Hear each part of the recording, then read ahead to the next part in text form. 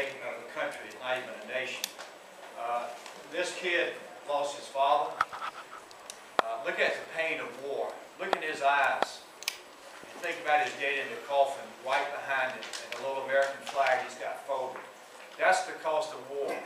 And what not only is costing the taxpayers, but let me read to you, and then I'm going to close, that a general that I called 14 months ago and asked him to advise me, he's retired now. He said for 14 months, get out. History will show you there's nothing you can do or change about Afghanistan. And these words, and then I will close. What do we say to the mother and father, the wife of the last soldier and Marine killed to support a corrupt government and a corrupt leader in a war that cannot be won? Thank you for allowing me to be a small part of this. Wake up, America. Join us and get our troops out of Afghanistan. Thank you.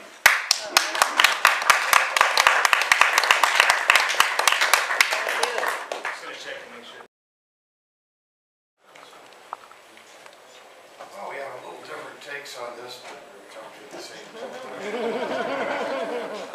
Let me just note that we're spending $1.5 trillion more than we're taking in, and whether you blame it all on the war or whatever, the fact is, unless we deal with this $1.5 trillion more in spending that we're taking in, within a few years our currency will collapse and we will have an economic crisis of historic proportions in which all the programs you're talking about will disappear because our country will not be able to function. Well, one of the issues that we have to deal with, I think we have to deal with a lot of the social issues that people are applauding right now. We also have to deal with the fact that we've been spending trillions of dollars on our military that is not necessary to the security of the United States of America. And the bottom line is we spent $1 trillion in Iraq. That was $8 trillion of waste. The people of Iraq do not even seem like they're grateful to us after we've had thousands of people give their lives and tens of thousands being wounded and maimed and mutilated in their behalf. Well, if those people aren't grateful, why are we spending the money over there? The same is true in Afghanistan. And in Afghanistan, we have, in the beginning, let's face it, what did we do? We had 200 men on the ground, and we let the Afghans fight their own battles. We helped those people win their own freedom. That's the strategy that works. That's the cost-effective way of American defense. Help those people who are willing to fight for their freedom in other places. But don't send in American troops to do their fighting, because in the end, those American troops will be so costly that it will hurt the American people, but it will also turn local people against us. In Afghanistan, when they decided they were going to have the surge, I remember that a year and a half ago, 30,000 more troops to go to Afghanistan.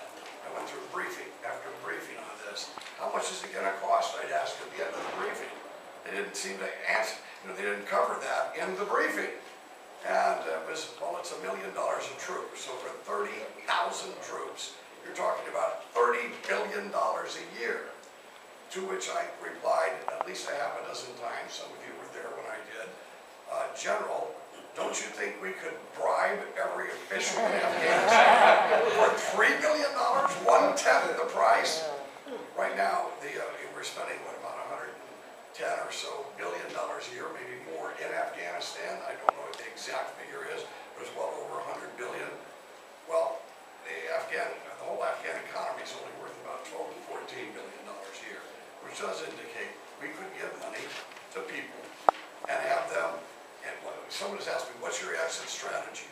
The exit strategy is to give $10,000 to every village leader in Afghanistan in exchange for them waving an American flag, waving goodbye and saying how grateful they were that we came to help them. And that is a strategy that works, because I'll tell you, that strategy will work long before the idea of trying to force village leaders in Afghanistan to accept a corrupt central government which is totally out of sync with their culture. This is a decentralized culture. We cannot send, America, not only in Afghanistan or Iraq, we can no longer afford to send our troops all over the world to be the policemen of the world. It's as simple as that. Part of that $1.5 trillion in spending that we've got to bring under control or it's going to destroy our country has to come from not committing ourselves to military engagements which we can no now's the time to get out of Afghanistan. Now's the time to not get involved in Iraq. I'm not saying we shouldn't help those people fighting for freedom, but we should take off the table American troops on the ground overseas doing other people's fighting. Thank you very much.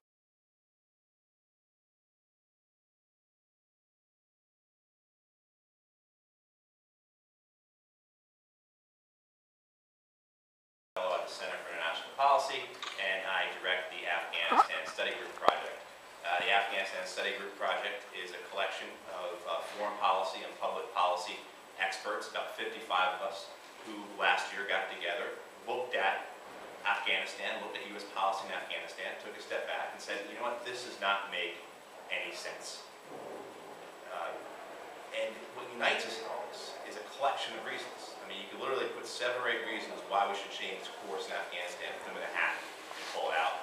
The fiscal cost is just one of them, but there are other costs, there are other reasons. The war is counterproductive. Every year as we put more troops in Afghanistan, every year as we add more money to Afghanistan, the insurgency gets larger, the Karzai government weakens. In 2004, 2005, in the first Afghan elections, we had 10 million voters. Last year we had 3 million voters. It's just not working what we're doing there. It's also not working in Pakistan. Pakistan is becoming more and more unstable every year. It has an insurgency that is an existential threat to the government, a government that controls 100 nuclear weapons. So there's a counterproductive nature to this policy that's going against U.S. goals and U.S. interests. There's also the very real moral cost, and I'm glad Mr. Jones brought this up earlier. This is a war that eventually we'll have a monument for. And I like to describe it, when you go and you walk on the Washington Wall here, it's very easy to describe the Lincoln Memorial, very easy to describe, to understand the purpose of the Washington Memorial. It's very easy to explain to a child what the World War II Memorial is about. You get to Korea, it's a little more difficult. How do you explain the 58,000 names on the Vietnam Wall to a kid? It's impossible to do. And we're going to have a monument to these wars now, to both Iraq and Afghan wars. And if we were to build that monument today, we'd have 6,000 names on that wall today. It'd be almost double that number if we do the right thing and the honorable thing and include those members of our armed services who came home and took their own lives. Because the suicide epidemic among our vets is very real and very frightening. It's an epidemic that's not going to end when the war ends, but to go on for decades. So you're looking at a wall that right now would have 10 or 12,000 names on it, maybe. And how do you explain that to a kid? How do we explain that to our grandkids 40 or 50 years from now? That, well, I really don't understand what's going on in Afghanistan at the time, but I chose not to do anything about it. Is that what we're all going to say? And I know it's not the people here in this room, I know it's not the members of Congress who are here talking today. And we have a very brave group, but a very small group of members of Congress, both Republicans and Democrats. And that's what we need, is more people to step out in this issue. More people to say, hey, this war is a waste. My friends who are serving in Afghanistan now, the word they use all the time to describe what is occurring is waste. If you want to describe it in terms of waste of policy, waste of lives, and certainly waste of money, I believe we spend about $13 million an hour in Afghanistan. So we've been here for 35 minutes. So who's good with math? That's what, about $7.5 million we've gone through in Afghanistan right now? How many local municipalities in this country do not have, or have less cops and firefighters now than this time last year?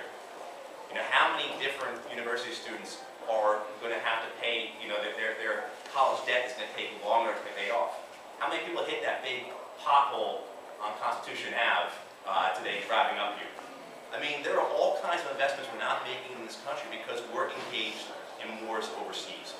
Wars that are not protecting us because, ultimately, Al-Qaeda is not in Afghanistan.